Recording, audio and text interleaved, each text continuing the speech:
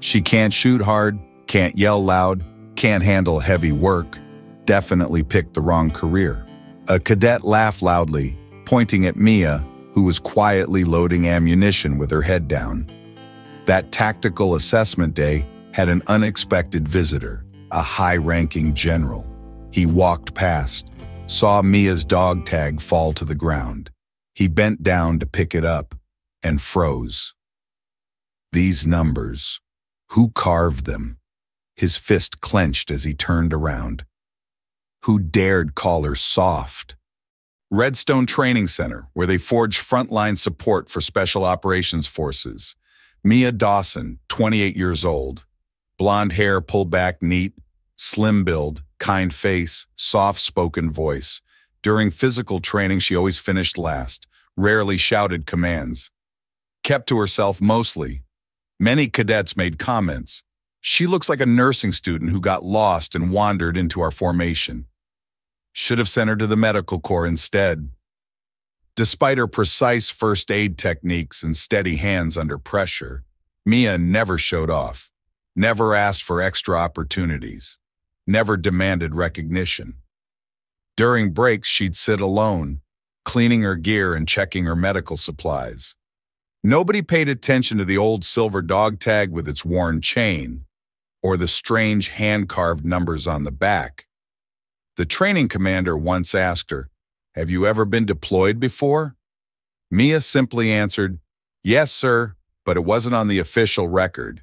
Her bunkmates whispered about her at night, how she never complained during the hardest exercises, how she treated injuries with unusual expertise, how she seemed to know things that weren't taught in basic training. But they wrote it off as beginner's luck, or maybe some EMT experience from civilian life. What bothered them most was how she never fought back against their comments, never defended herself, never tried to prove she belonged.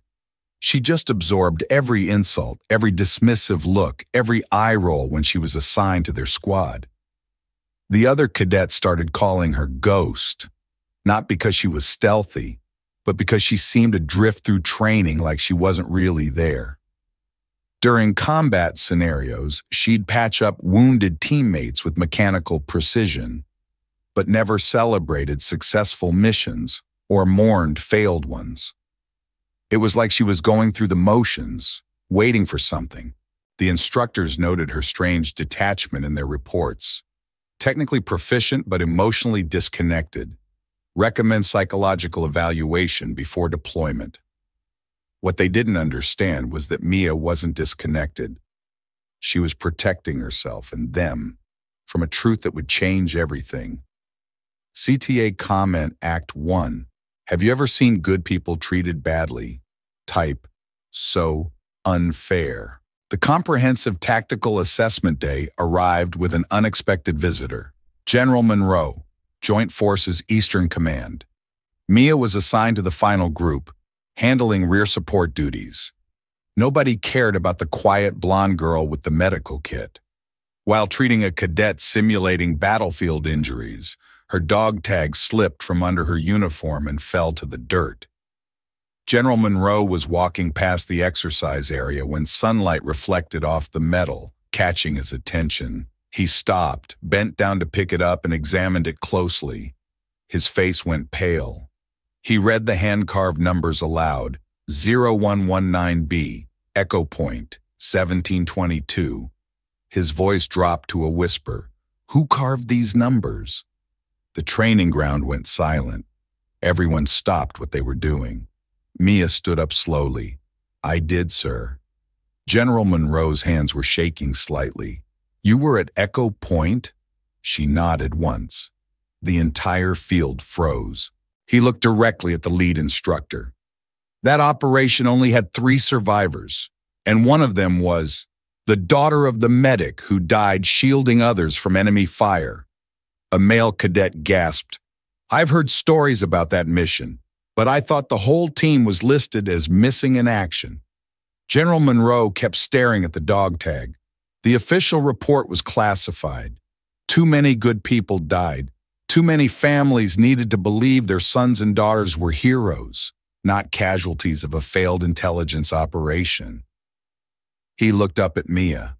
How old were you? 23, sir. Jesus Christ. He ran his hand through his gray hair. You were barely out of advanced training. The lead instructor stepped forward, confusion clear on his face. Sir, her file shows standard medical training, no combat deployments, no special operations background. General Monroe's voice hardened.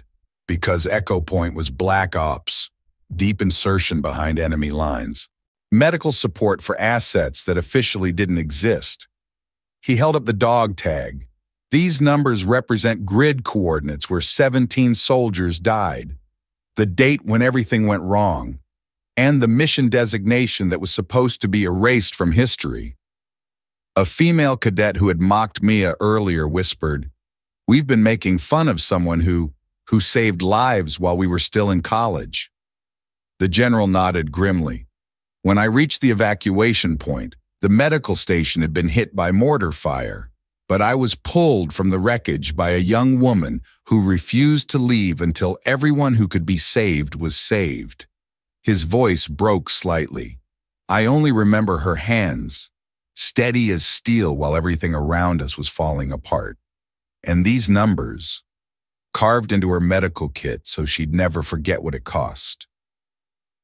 CTA comment, Act 2. If you've ever badly misjudged someone, type, I was wrong. General Monroe stepped closer to Mia, his voice heavy with emotion. When I arrived at the extraction point, the support station was destroyed, but I was pulled from the rubble by a young medic who refused to abandon her post. He held out the dog tag with trembling hands. I only remember her steady hands and these numbers etched on her medical kit. His eyes never left hers. You're the one who saved me. Mia nodded quietly. The entire training ground fell dead silent. General Monroe came to attention and rendered a perfect military salute. Then he turned to face the training commander. From today forward, these cadets will study Operation 0119B as part of their curriculum, and the instructor for the medical support section will be Mia Dawson. The female cadet who had laughed at her earlier stepped forward, tears in her eyes. I made fun of you. I'm so sorry. Mia's response was gentle but firm. I'm not here for apologies. I'm here to make sure you can save the right people when it's your turn. The training commander was frantically pulling up classified databases on his tablet. Ma'am, I need to understand. Why isn't any of this in your standard file? General Monroe answered for her. Because Echo Point was compartmentalized beyond normal clearance levels. The families of the KIA deserve to believe their children died as heroes, not casualties of an intelligence failure. He looked around at the assembled cadets. What you need to understand is that Mia Dawson spent 72 hours behind enemy lines, treating wounded soldiers while under constant fire. She performed field surgery in a bombed-out building. She carried wounded men twice her size to safety. His voice grew stronger. And when the extraction went wrong, when the helicopters were shot down, when everything fell apart, she stayed. She kept working. She kept saving lives until the very last moment. A male cadet raised his hand hesitantly. Sir, how many people did she save? 11 confirmed, including myself. The numbers hit like a physical blow. 11 lives. 11 families who got to welcome someone home because of the quiet girl they'd been calling soft. Mia finally spoke, her voice calm and professional. The numbers on my tag aren't for glory. They're coordinates where good people died, the date when everything went wrong, and the mission code that reminds me why I do this job. She looked around at her fellow cadets. I don't need you to think I'm tough. I don't need you to respect me because of what happened. I need you to be better than I was, smarter than I was, more prepared than I was. Her voice carried the weight of experience. Because someday, you'll be the one making impossible decisions. You'll be the one choosing who lives and who dies. And on that day, it won't matter how loud you can yell or how much weight you can lift. The training ground was so quiet you could hear the wind. It'll only matter whether you can stay calm when everything is falling apart, whether you can make the right choice when there are no good choices left. General Monroe nodded with deep respect.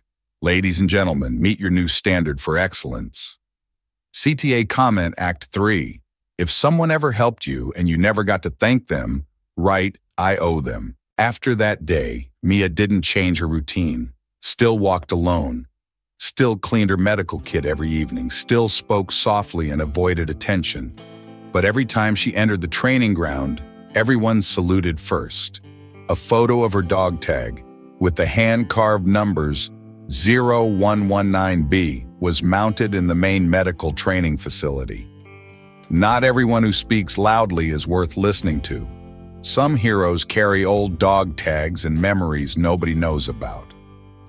1 month later, Mia was selected to lead a new medical support team heading to active deployment. She carried only one note in her personal journal. Being gentle isn't the same as being weak. It's how I choose not to become what once hurt me. The night before deployment, she gathered her new team around her. I won't lie to you about what we might face out there. People will die. Good people. People you care about. Her voice was steady, but her eyes held depths of experience. Your job isn't to save everyone. Your job is to make sure that when someone can be saved, you don't hesitate. You don't freeze. You don't give up. She touched her dog tag through her uniform. These numbers remind me that every life we save matters, not because of glory or recognition, but because somewhere someone is waiting for them to come home. A young medic raised her hand. Ma'am, how do you stay so calm? Mia smiled sadly. Because panic never saved anyone. Anger never healed anyone. Fear never brought anyone home. She looked at each of them. Strength isn't about being loud or tough or fearless. Real strength is being gentle in a world that's trying to make you hard. Staying kind when everything around you is cruel.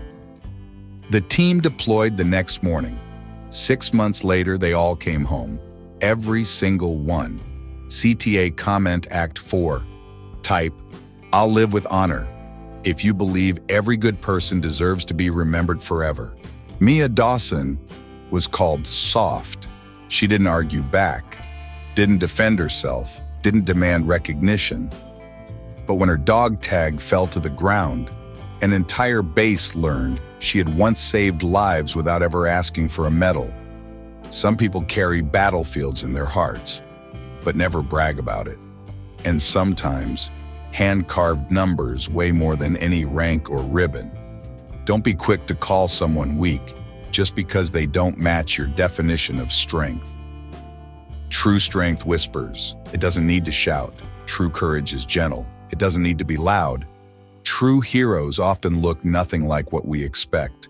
They're the quiet ones, the ones who do their job without fanfare, the ones who save lives and never ask for credit, the ones who carry old dog tags and memories that would break most people.